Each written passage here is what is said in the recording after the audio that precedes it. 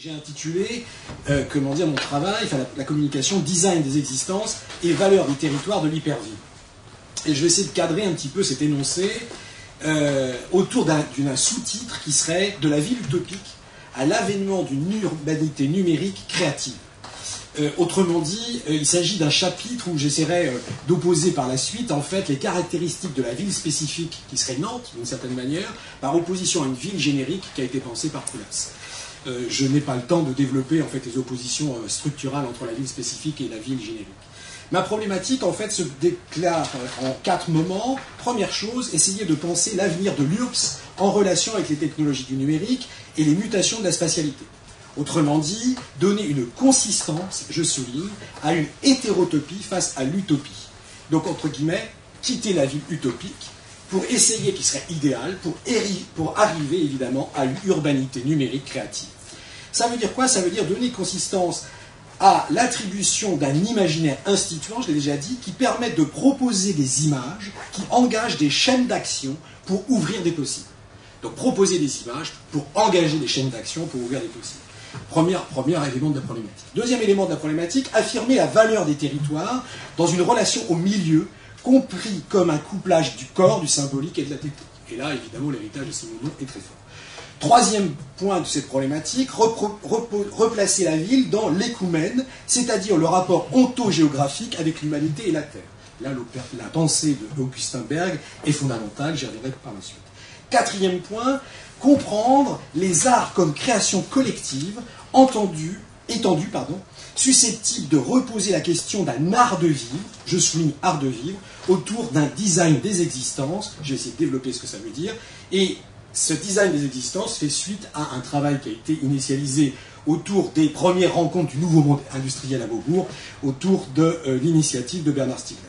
Donc en fait, ces 4 éléments de notre problématique nous permettent de comprendre ce développement que je vous propose autour de quelques propositions qui vont essayer de construire, grosso modo, disons, un manifeste, je dirais, à un ouvrage que j'aime beaucoup, qui est là, si je l'ai, voilà, que j'aime beaucoup, qui est là, et qui est un ouvrage, à mon avis, très très important, et dont il s'agit de faire la suite, qui est un ouvrage de Nicolas Schoeffer qui s'appelle « Une nouvelle charte de la ville ».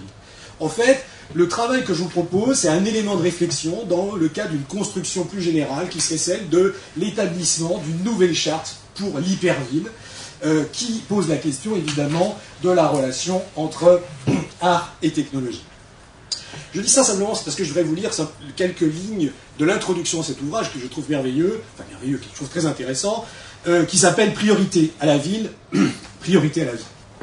Et je lis quelques phrases. « Rien n'est et ne sera plus actuel dans la vie de la société que l'organisation de la ville, celle-ci étant pratiquement synonyme de l'organisation de la vie. » Je passe sur les détails, mais ça veut dire qu'on est là sur une relation entre ville et vie qui m'intéresse au plus haut point. Donc, dans ce cadre-là, je vous propose dans un premier temps, évidemment, de revenir à l'expression, le poème du monde. Autrement dit, retrouver le monde. Vivre le monde en artiste, mais pas comme Hölderlin, d'une certaine manière dans la non-séparation, évidemment, de l'acte de produire, et donc dans la non-ignorance du mode de production industriel. Autrement dit, envisager le poème du monde comme un nouveau milieu associé de l'art. Un nouveau milieu associé de l'art, ce qui veut dire évidemment une nouvelle pensée du territoire, repenser le territoire à travers évidemment la question du poème du monde.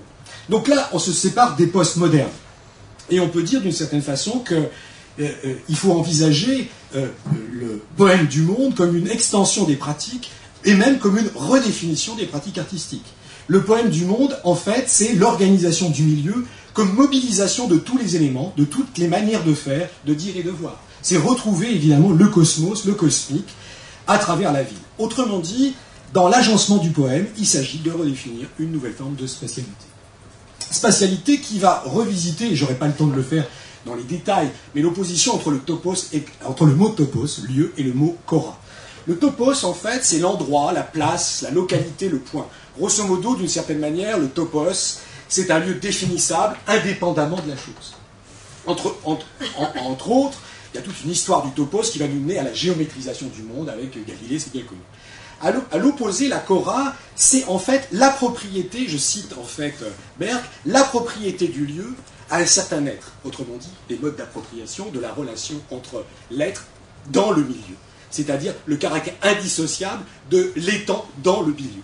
Et donc là, on peut dire d'une certaine manière que la Cora, c'est donc tenir sa place, tenir la place dans le milieu, occuper un poste.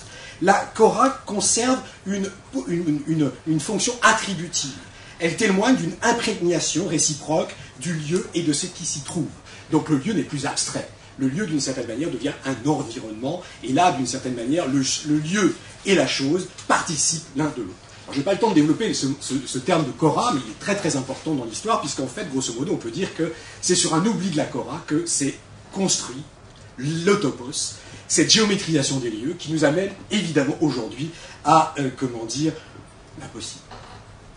Alors, la Cora, c'est l'appartenance d'une extension, elle est le lieu d'une ouverture, elle permet de penser le poème du monde comme émergence, comme poétique renouvelée par un numérique qui d'une certaine manière revient sur les grands partages, ou sur les grandes divisions, ou encore sur les grands ordonnancements du monde.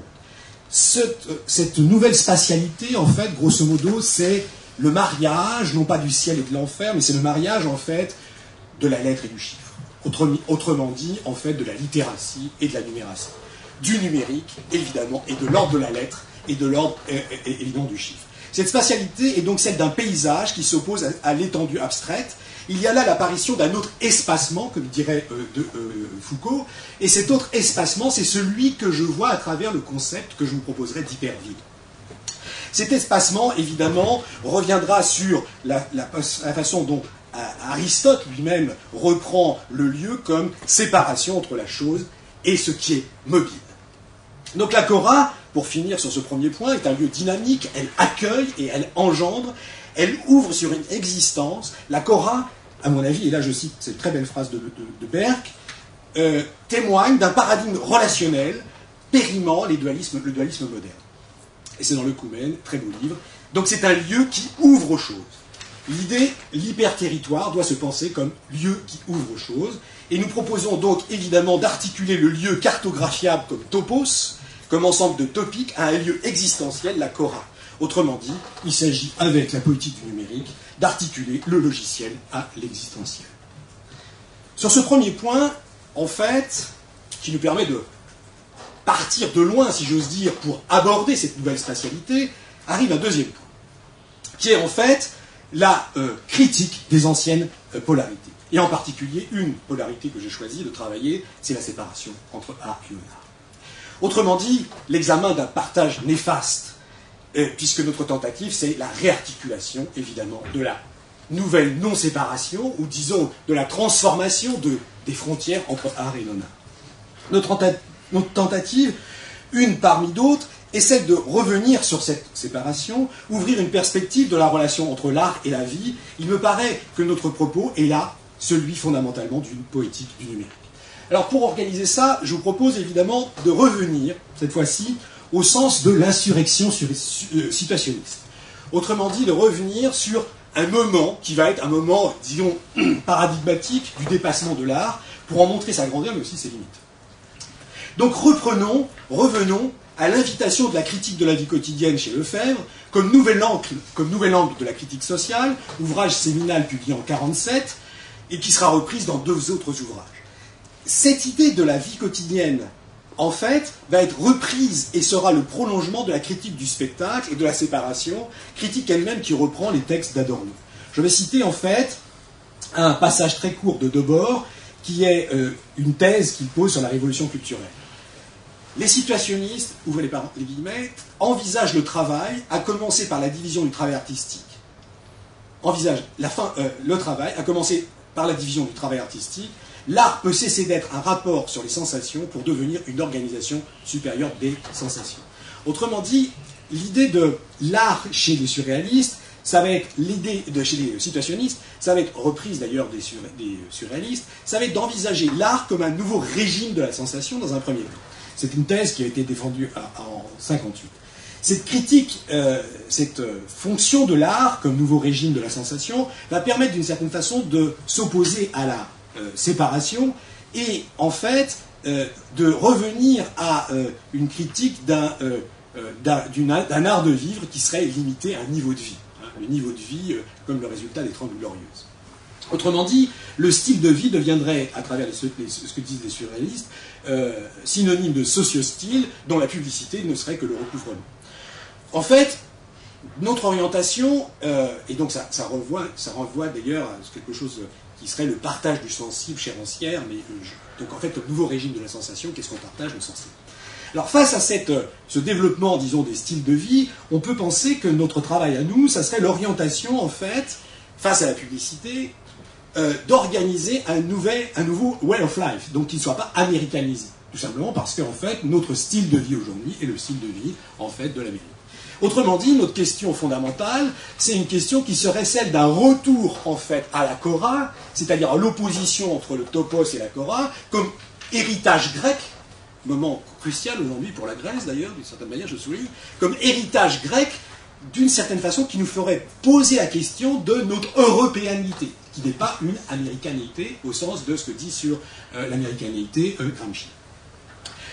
Donc ça veut dire que on pourrait essayer de penser cette nouvelle art de vivre comme se déplaçant, comme évidemment se dépassant l'opposition entre, comment dire, art et vie, autour d'une hypothèse que je vous propose. Alors cette hypothèse, ça serait quoi? Laquelle? Ça serait le développement d'un design des existences qui permettrait de remplir un programme qui, d'une certaine manière, permettrait de revenir sur le statut de l'art et sur le rôle de l'artiste pour dépasser évidemment l'actuelle prolétarisation des artistes. Je renvoie à Menger qui a été cité tout à l'heure, au portrait de l'artiste en travailleur, au fait que l'artiste aujourd'hui, dans ce régime générique, incarne évidemment les nouvelles formes du capitalisme, c'est-à-dire la prolétarisation,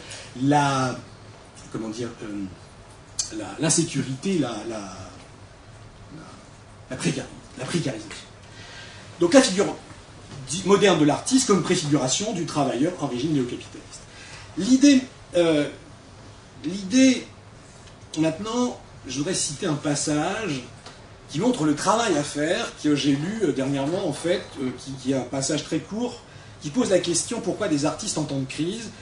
En fait, ce passage, c'est un passage d'un court texte écrit par Anne-Françoise Benamou dans un texte introductif au théâtre, à la saison, enfin au catalogue de la saison théâtrale du Théâtre de la Colline, 2012-2013. Et voilà ce qu'elle dit. Sans doute cette distance mélancolique et humoristique qu'on sent de tous côtés, dit-elle, quelque chose du statut de l'art aujourd'hui. Les postures héroïques des 2 siècles derniers sont loin. Il suffit de regarder autour de soi pour constater combien s'est répandu le désir de créer, combien sont floues et ambiguës les frontières de l'art. À une époque où chacun peut disposer d'outils sophistiqués pour composer, photographier, filmer, s'autofilmer, se publier en ligne, la question de l'œuvre, de son auteur, de ses destinataires, de sa singularité est constamment déplacée, brouillée. Peut-être est-ce pour cela que les personnages de créateurs, encore porteurs d'une ancienne mythologie, ne l'incarnent plus vraiment. Évidemment, en fait, nous avons un constat ici dressé dans ces quelques phrases qui nous font poser la question qu'est-ce qu'un artiste au XXIe siècle? Autrement dit, il ne faut pas se contenter d'inscrire le régime de mutation, il faut essayer de penser à un renouveau de ces pratiques artistiques en reposant la question du statut de l'œuvre. Disons que, dans un premier temps, le statut de l'œuvre, on peut l'envisager comme une création collective qui ne peut pas se penser en dehors d'une nouvelle époque, qui est celle d'une hyper-industrialisation. Il ne s'agit pas de donner un contenu et une pertinence, il s'agit de donner un contenu et une pertinence critique à une nouvelle critique qui s'engage comme la formation d'un art de vivre, un design des existences dont je vais dire quelques mots, où il s'agit d'affirmer, mais positivement, et on va voir comment, dans un modèle industriel, l'affirmation de Nietzsche d'un art nécessaire pour définir les nouvelles conditions d'un art de vie. Alors, sur cet objet, j'arriverai à mon deuxième point. Mon deuxième point est l'échec, en fait, de la construction de la situation par les situationnistes. Donc ça veut dire qu'on partage avec eux, si je fais le bilan du premier point, l'idée d'essayer de revenir sur la séparation entre art et non-art, d'une certaine façon, qui pose la question, mais qui est, à mon avis, une fausse question que Foster, art versus design, qui d'une certaine façon est la reprise de cette question d'art et non-art, mais je n'ai pas le temps de discuter aujourd'hui du livre de Foster, qui fait un mal terrible, en fait, à l'opposition entre art et design, mais c'est une autre question. la question, en fait, c'est la question de l'échec de la construction de la situation.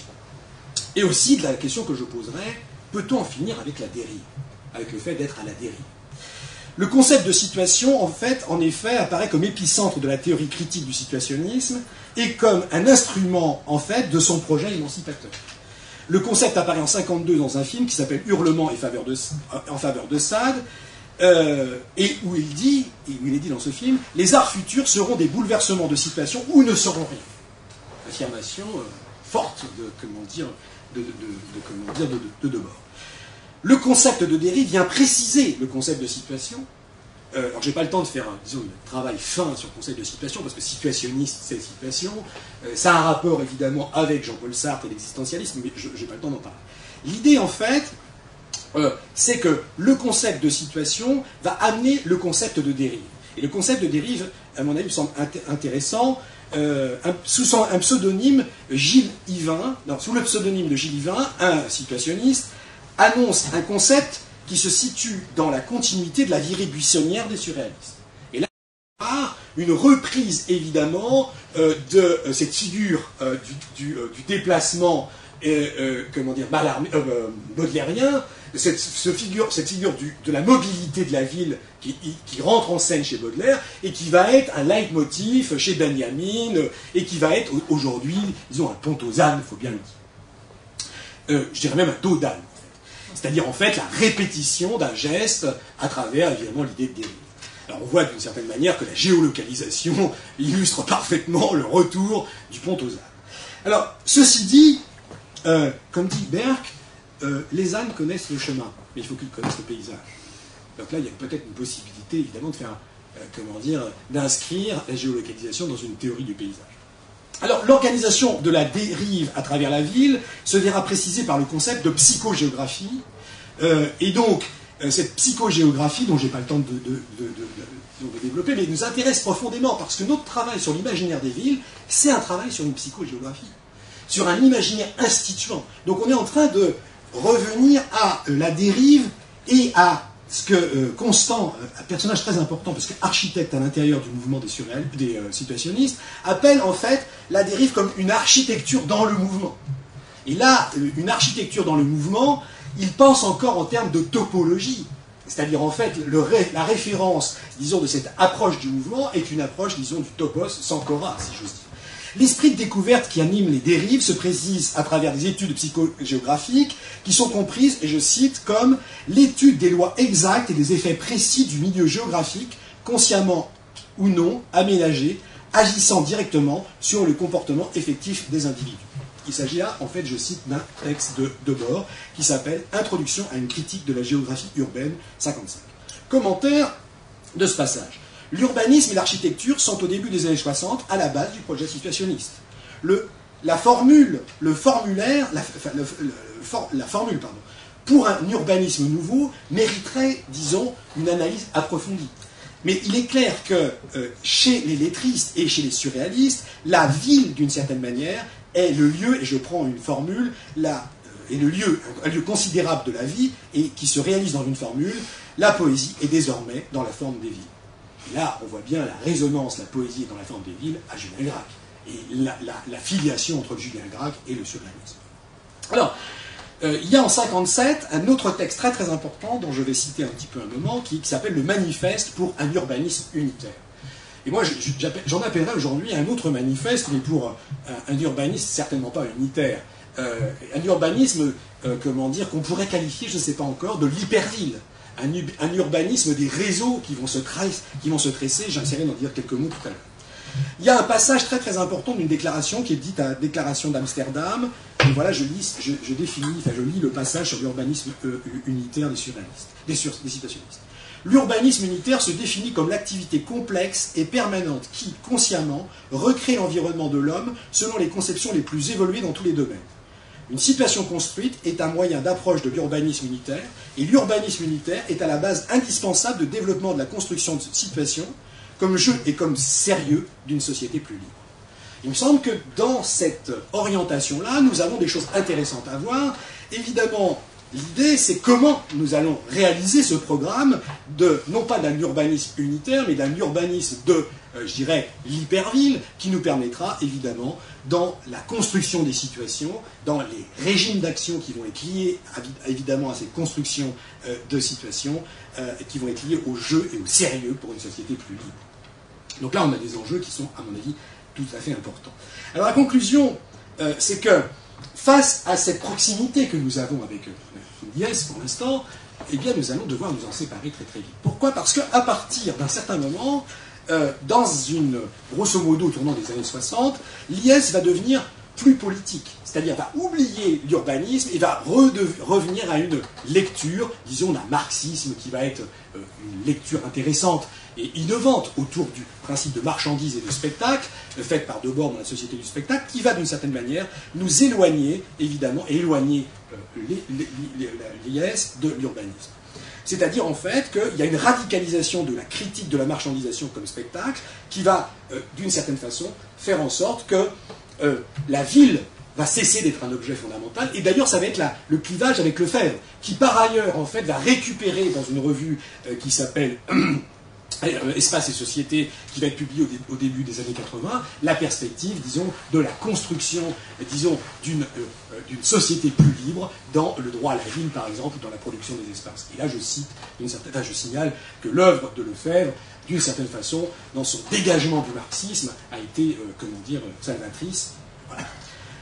Alors maintenant, comment que nous avons vu la proximité et que nous avons vu maintenant un peu l'éloignement de l'IS, comment nous allons arriver à définir ce que pourrait être l'urbanisme, ce que j'avais appelé l'urbanistique autrefois, mais bon, j'appellerais ça plutôt aujourd'hui, le design des existences, dans l'urbanisation d'une nouvelle ville conçue comme des situations de création collective. Alors, ça veut dire qu'il faut se situer cette fois-ci après Beuys. Et donc la notion de structure sociale, il va falloir la dépasser, cette question de structure sociale. Donc notre position consiste très clairement à repartir de l'urbanisme comme construction d'une situation pour donner un contenu à la notion de design des existences. Le design des existences, ça veut dire que nous allons construire des situations, évidemment, qui vont elles-mêmes se penser en termes de design des existences, qui vont elles-mêmes, évidemment, être liées à cet art de vivre dont, les philosophes anciens faisaient une des conditions de la bonne vie. Donc notre position ne rencontre pas la réduction qui s'exprime dans l'expression design numérique ou encore design des interfaces. A l'inverse, il nous paraît nécessaire d'étendre le design pour renouveler le sens d'un projet qui ne soit pas seulement le fruit d'une méthode, mais celui d'une réflexion élargie. Après le concept de sculpture sociale de Beuys, il convient donc d'envisager un design des existences comme une sculpture sociale collective. Ceci, et je citerai Beuys, qui dit « Le seul acte plastique véritable consiste dans le développement de la conscience humaine. Pour Beuys, l'art c'est la vie. L'art en action est plus important que l'œuvre d'art. » Ce qui est intéressant chez Beuys, c'est que sa posture reste prise dans une sorte de posture individualiste méthodologique, puisqu'il n'a pas l'idée d'une transindividuation, c'est-à-dire en fait d'une sculpture sociale collective qui soit produite par des individus. Et là, nous avons le travail de l'œuvre de Simondon, dont Ludovic, tout à l'heure, je pense, après moi, va nous parler abondamment, c'est-à-dire, en fait, cette relation entre, disons, le dépassement entre la psychologie et la sociologie, c'est-à-dire entre l'individu comme atome social et le collectif dans ce rapport, disons, au pré-individuel. Donc, qu'est-ce que ça veut dire que le design des existences? Eh bien, ça veut dire qu'il faut aller du design des objets au design de l'existence. Je vais rappeler très très vite, il me reste combien de temps? Il te reste, tu parles 3 minutes. Depuis 25 minutes. D'accord. Voilà. Bon, alors, grosso modo, je vais vous faire très très vite.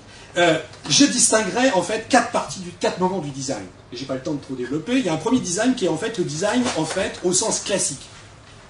Grosso modo, c'est le design qui lie le dessin et le projet. Idée et représentation des idées. C'est ce que j'appelle le design 1.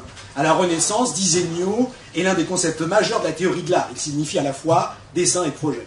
Au XVIIe siècle en France, les théoriciens de l'art traduisent par dessin ce qui convient, en fait, ce qui contient un double sens, à la fois de l'idée et de sa représentation. Et là, en fait, comme dit Jacques, on pourrait avoir une réflexion sur la mimésis, c'est-à-dire en fait sur la la relation entre idée et représentation qui va parcourir toute l'histoire de l'art, depuis Idéa, qui est repris chez Panofsky, qui renvoie elle-même évidemment à Platon et à des théories de la mimésis, dont j'ai pas le temps de développer ici, disons, les fondements. Ce qui veut dire qu'en fait, idée et représentation dans le design 1 sont liés. Design 2, c'est l'âge classique et la séparation du représentant et du représenté. C'est design 2. Le design, en fait, ça veut dire d'une certaine façon, va devenir un dessin ou une idée qui va s'opposer à une pratique. Design 2. Design 3, c'est le design comme conception d'objet. Et là, en fait, c'est, grosso modo, le marqueur, c'est le Bauhaus. Le design devient évidemment lié à l'émergence d'un terme international qui va, d'une certaine manière, être réduit, alors je vais très vite, à la conception d'une mise en forme. Mise en forme de quoi? D'un objet. Eh bien, il va falloir essayer d'organiser le design 4. La mise en forme, non pas comme mise en forme des objets, mais comme mise en forme de la relation entre les objets techniques et l'existence, c'est-à-dire évidemment un design conçu comme intervention de l'homme sur les choses et des choses sur l'homme, c'est-à-dire en fait d'une double boucle. Intervention de l'homme sur les choses et des choses sur l'homme, ce qui veut dire évidemment que nous avons à penser l'inter, ce qui vient entre, le venir entre de l'intervention. Et là, il y a un très beau texte, enfin un très beau texte, et un très beau, d'ailleurs, comment dire, très beau passage d'une œuvre que j'aime beaucoup, qui permet de peut-être concevoir ces nouveaux régimes de sociabilité inédites dans des nouveaux régimes d'action, qui se penseraient à travers un ars interveniendi, c'est-à-dire un art de l'intervention, de l'interférence, dit Michel Serres, dans un ouvrage, en fait, qui s'appelle Interférence. Donc l'idée, cet art de l'intervention, cet ars interveniendi, en fait, serait à développer comme activité de pensée et de réalisation des réseaux, comme carrefour et comme échange, comme instauration de nouveaux circuits, circuits courts, circuits longs dont on parlait tout à l'heure, nouvelle relation au topos, qui prend en charge évidemment l'environnement de la Cora. C'est-à-dire un environnement qui lie URBS et cité. C'est-à-dire en fait la cité comme abstraite, la cité démocratique, et l'URBS, c'est-à-dire en fait l'urbanité, la cité de limite, celle de la ville, c'est-à-dire la cité concrète. Évidemment, nous sommes là devant l'âge de la recomposition de l'œcumène, et donc de l'agencement de trois écosystèmes qu'il va falloir essayer de faire tenir ensemble. Alors comment on peut maintenant réaliser ce qui pourrait être l'esquisse d'un programme de cette mise en forme de l'existence comme intervention, c'est-à-dire comme quatrième régime du design? Eh bien, dans l'hyperville. L'hyperville, ça serait d'une certaine manière, les valeurs de l'hyperville, ça serait de réaliser un milieu de l'entre et de l'inter, c'est-à-dire du croisement et du recroisement, de l'articulation entre la ville comme topos et entre l'être comme cité, c'est-à-dire comme civitas. C'est-à-dire, évidemment, comme articulation de ce qui nous manque.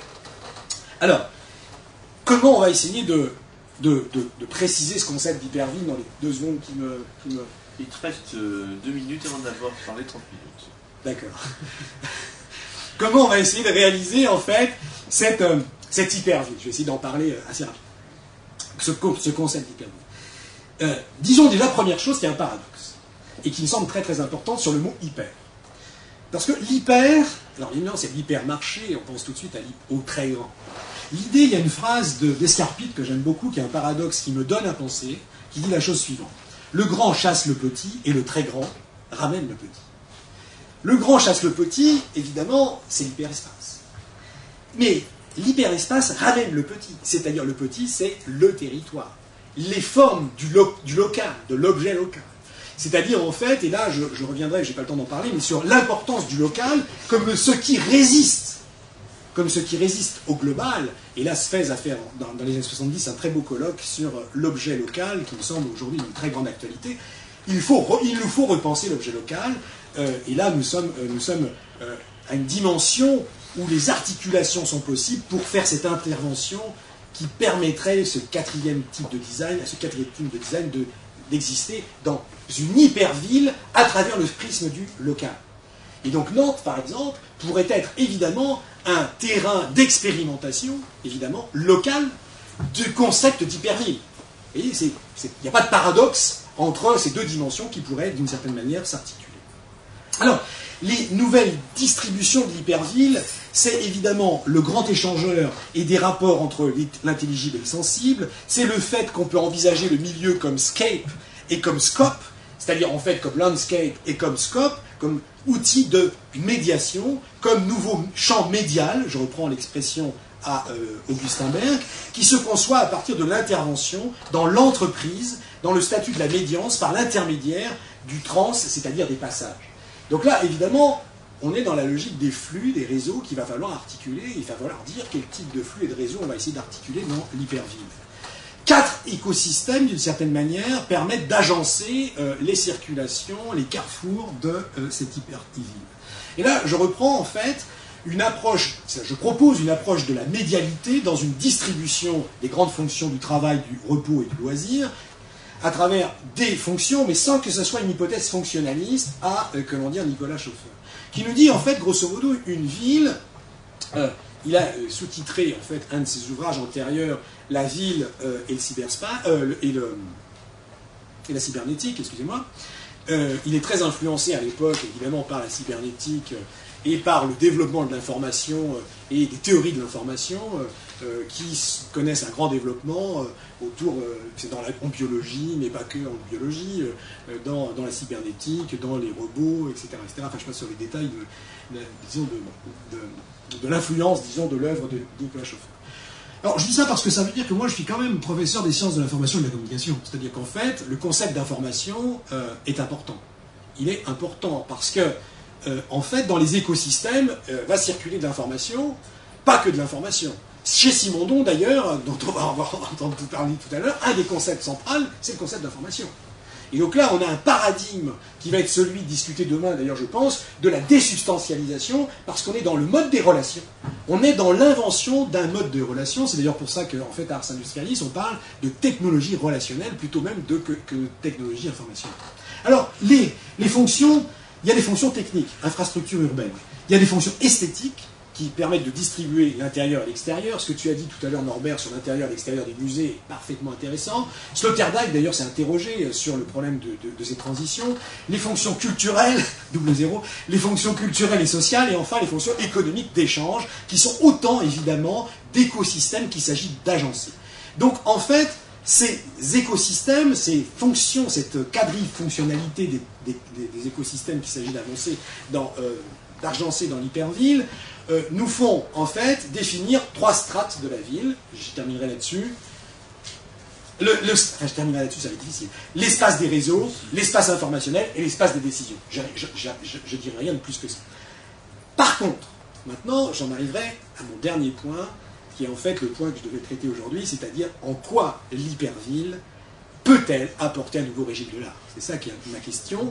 Et ma question, alors, ça suppose qu'on sorte de l'art gazeux. Hein, de l'art comme atmosphère, tu en as parlé tout à l'heure. Ta typologie, voilà. Fort juste d'ailleurs, mais qui est une typologie du gazeux. Hein, et là-dessus, en fait, les travaux de Yves Michaud sont particulièrement intéressants. Il y a 2 attitudes. Soit on a une attitude qui consiste... Alors, notre attitude, on avait déjà dit ça dans Politique du numérique 1, c'est-à-dire on n'est pas du tout du côté de la construction de ce qui serait la mise en théorie, genre éthique, d'un discours de production sur les œuvres. Bourriaud, Forest se sont occupés de ça, c'est-à-dire en fait un paradigme esthétique.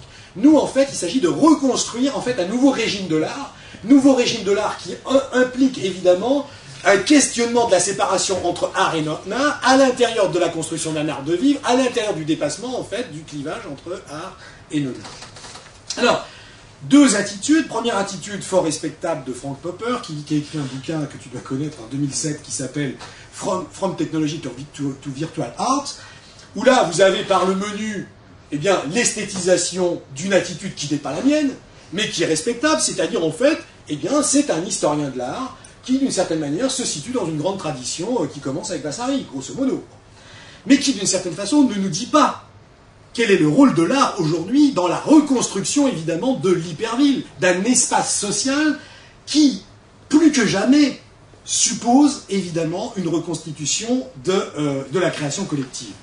Il va falloir que je termine là-dessus. Alors, pour être positif, dans un premier temps, je voulais vous parler de l'art, de l'information à la relation, c'est-à-dire, en fait, toute cette façon dont on va organiser, à mon avis, une réflexion par les historiens de l'art, disons de l'art numérique, autour du concept d'information à relation. On va de la cybernétique à l'art relationnel de Bourriaud, pour faire court. D'autre part, on a une autre attitude qui serait plutôt la mienne, qui partirait de la relation et pour aller à la contribution. Et donc, l'idée de la contribution, ça voudrait dire deux choses. Développer, évidemment, la fin d'un clivage entre l'artiste et le public. Première chose. Retour, évidemment, à la notion des amateurs. Deuxième chose. Donc, je n'ai pas le temps de développer, mais Bernard Stiegler, ici, on a développé à Nantes une réflexion très importante sur la naissance des amateurs au XVIIIe siècle, comme nécessaire à la lecture des œuvres, etc., etc. L'amatorat, évidemment, comme quelque chose de positif. Comment dire, Patrick Deville me disait, en fait, qui est écrivain, qui habite à Saint-Nazaire, il me disait, mais moi, en tant qu'écrivain, j'ai besoin de grands lecteurs. Évidemment. En tant qu'écrivain, il a besoin de grands lecteurs, parce qu'autrement, évidemment, personne lit une littérature exigeante. Donc les amateurs, mais les amateurs aujourd'hui deviennent des praticiens. J'ai cité le passage de Benhamou tout à l'heure. Deuxième chose très importante, les alliances entre les professionnels et les amateurs. Aujourd'hui, grosso modo, toutes ces alliances sont à travailler, à construire. Puisqu'en fait, comme disait Dominique Saboudevourou dans une intervention, dans une rencontre antérieure, on s'est vu, la valeur est un peu en suspension. La valeur est un peu vaporeuse. Et donc l'idée, en fait, c'est de réaliser des conventions, des alliances qui permettraient en fait à des chaînes de la valeur de se cristalliser, donc de monétariser dans des circuits économiques, évidemment, quelque chose qui soit la possibilité de développer un art de vivre, où la culture a un rôle très important. Alors, la question, pour terminer, sur ce que j'appellerais les opérations de composition d'un art territorial. Il me semble en fait qu'aujourd'hui, le travail de Nantes, et en particulier de Jean Blaise, c'est un art que j'appellerais un art territorial. Territorialiser l'art, un art territorial. Territorialiser l'art, mais c'est pas simplement que ça, un art territorial. C'est une question qui se pose à nous. Le voyage à Nantes en est l'illustration. Comment dire, la façon dont Estuaire a été développé en est aussi une belle illustration, qui se situe évidemment au-delà des biennales, qui se situe dans une logique de l'invention, dans des régimes évidemment où le tourisme est important, mais où il s'agit d'inventer notre rapport au lieu, où il s'agit d'inventer évidemment une métropolisation, une hyperville, Nantes-Saint-Nazaire, une métropole de ville moyenne qui doit atteindre 1 million d'habitants en 2030. Voilà des postures qui permettent de comprendre évidemment ce que peut l'art. Donc, je termine, je te rassure. Donc, dans ces opérations de composition de cet art territorial, dont Nantes, à mon avis, serait l'illustration, on pourrait dire deux choses. Travailler sur la spatialité et la mobilité dans l'hyperville me semble vraiment des choses fondamentales. Je n'ai pas le temps d'en dire plus. Ce qu'on peut dire simplement, c'est que nous devons aller dans une perspective, disons, de forme associée à cette transfiguration du mobile et de l'immobile. Et là, nous avons des formes de subjectivité qui sont très très importantes en jeu, puisqu'en fait, il s'agit de l'imaginaire dont tu as parlé tout à l'heure, et de ces mises en récit. Deuxième point important, c'est d'envisager le territoire comme un support artistique d'une individuation collective. Et là, je n'ai pas le temps de développer, mais l'idée de la pensée de Simondon, je terminerai sur Simondon, me semble particulièrement intéressante, parce que ça permettra de donner la parole tout de suite à Ludovic après, et que cette support, de considérer le territoire comme un support artistique d'une individuation collective, me semble très important. Pourquoi? Parce que c'est là qu'on pourrait avoir, conclusion de la conclusion, l'émergence d'un design des existences, compris évidemment dans la co-construction d'un art territorial qui réassemble évidemment, les acteurs de l'art. Alors, il ne s'agit pas bien sûr de décréter un art pour tous, mais d'aller vers un art par tous, c'est-à-dire en fait de faire en sorte que grâce aux technologies numériques, il s'agirait d'envisager positivement la transformation de l'espace, évidemment, rien de moins, la transformation du temps, rien de moins, ça va être discuté dans les jours qui viennent, enfin demain et cet après-midi, et aussi la transformation à l'accès au sens. Et cette transformation, cette triple transformation à l'espace, au temps et à l'accès au sens, me semble évidemment une triplicité fondamentale pour construire un référentiel d'un cadrage sociétal qui permettrait au design des existences et à un art territorial de renouveler les nouvelles pratiques pour une plus grande liberté de tous. Merci.